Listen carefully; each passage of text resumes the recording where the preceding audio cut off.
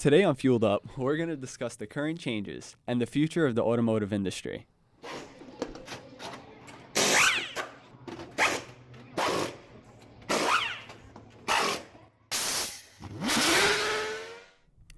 Hello, I'm your host, Matthew Valentino, and this is Fueled Up, the podcast from car enthusiast for car enthusiast. So, with me today, I have my friend Sam here. Hello. And he's going to, give my automotive advice, my expert opinion. Expert opinion. So, getting right to it. Should we start with Ford? Yeah, sure. Let's talk about Ford. Not happy. Not happy. Definitely not. Ford's really messing up.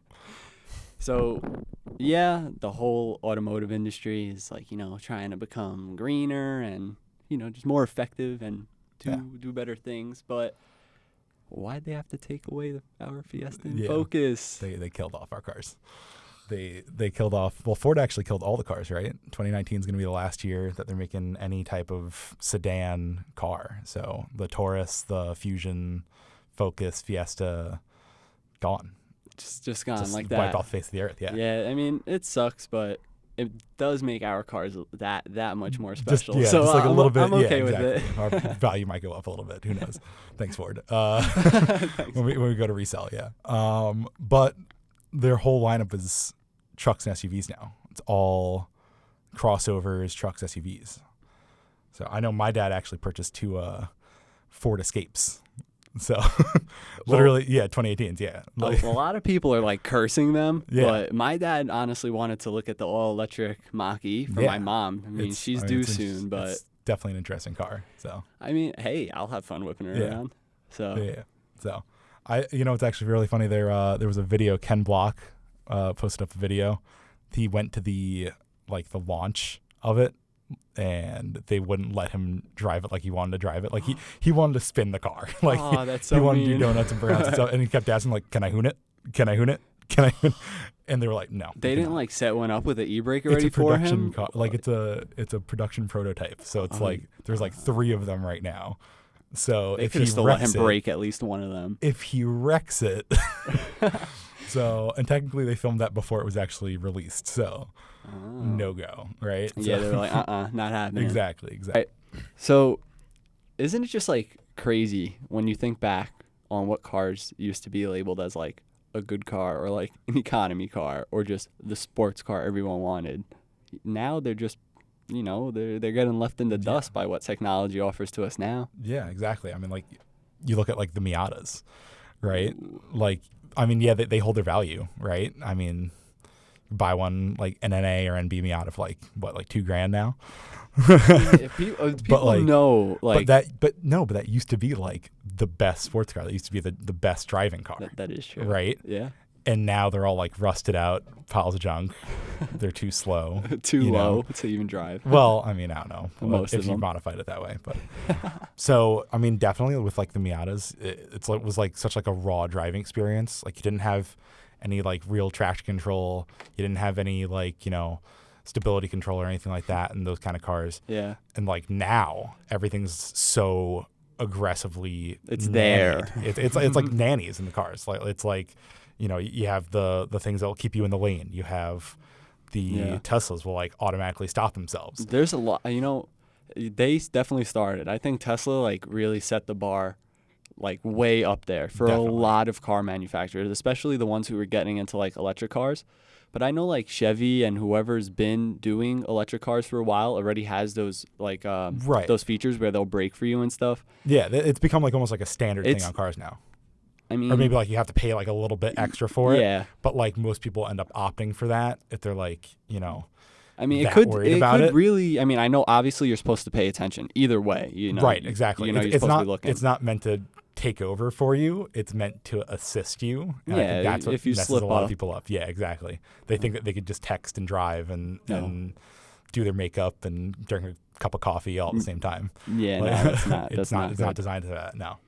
So, yeah, these electric cars are honestly they're overall great. You really can't say nothing about it.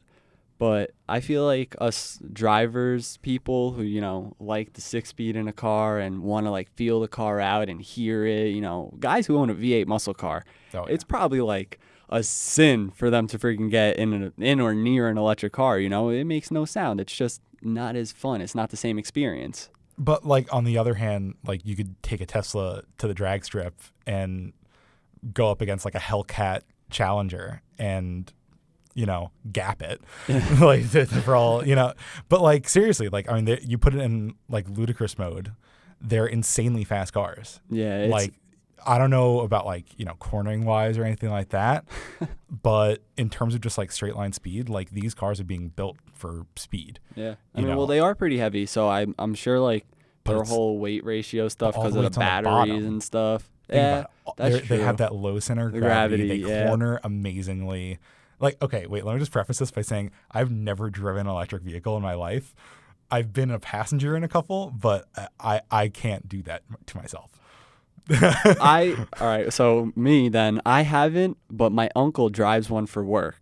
Okay. And every time we end up talking about cars, this damn electric car comes up somehow. And he's always talking about how great it is. Right. And how, like, yeah, he's not, like, gapping crazy cars. I think it's, like, one of the Chevys, the Cruze or something like that. Whatever it is. And he literally is like, yo, like, I'm zipping through traffic. This thing moves. And I'm, like, Yeah. I Well, don't know. I think, you know, the thing is that in every generation, right, there's like, or maybe like every other generation, maybe, there's that set of like really good cars, right? Like the 60s and 70s were supposed to be like the greatest generation, right, of automobiles. And then, you know, the 80s came around, there was a whole oil crisis, right?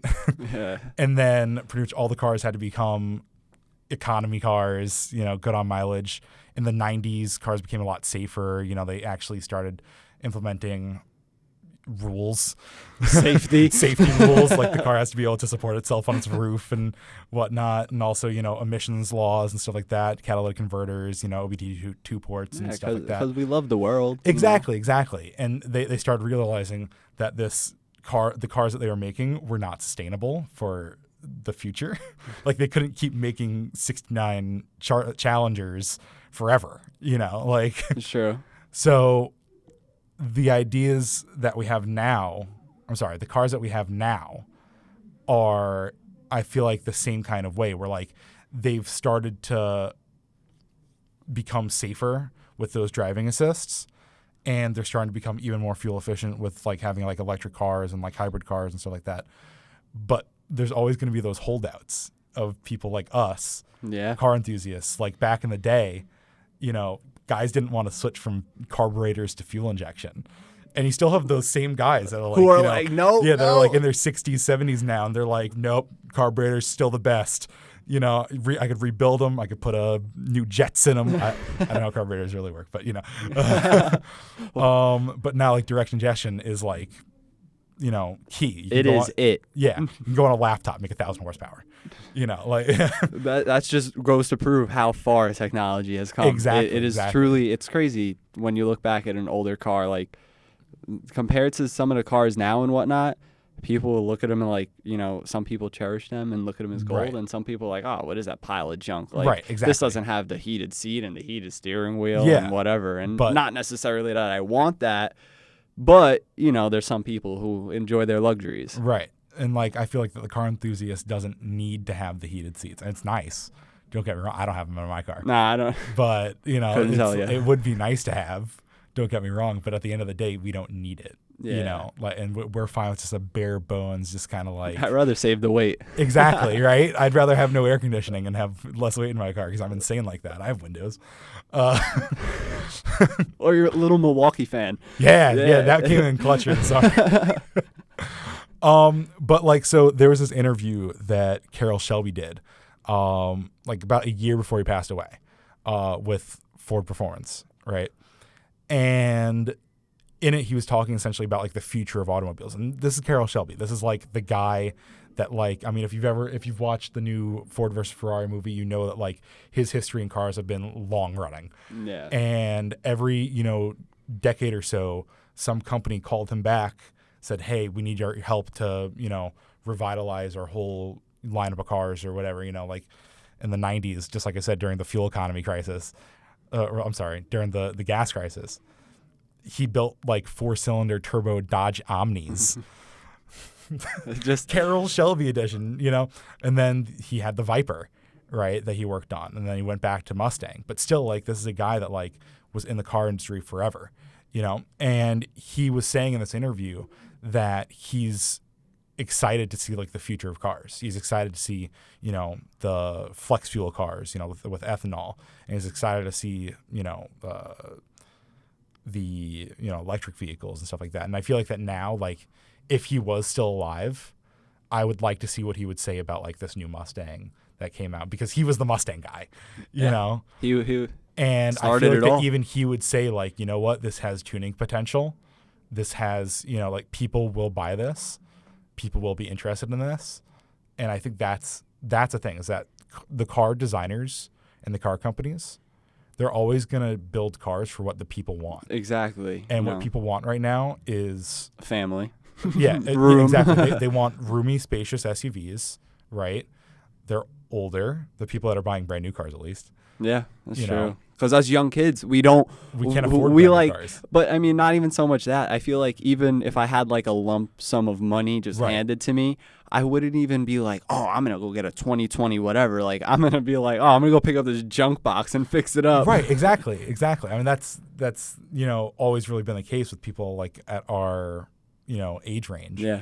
You know, so I think that the future of cars is going to be determined obviously by like the people buying them. So like, you know, at the end of the day, Ford and like all these other companies, they're going to continue to follow the market trends. And who knows, in a couple of years, we might have, because like history repeats itself, man. You know, like in a couple of years, we might have another, you know, crisis where like they can't find the lithium to make battery powered cars.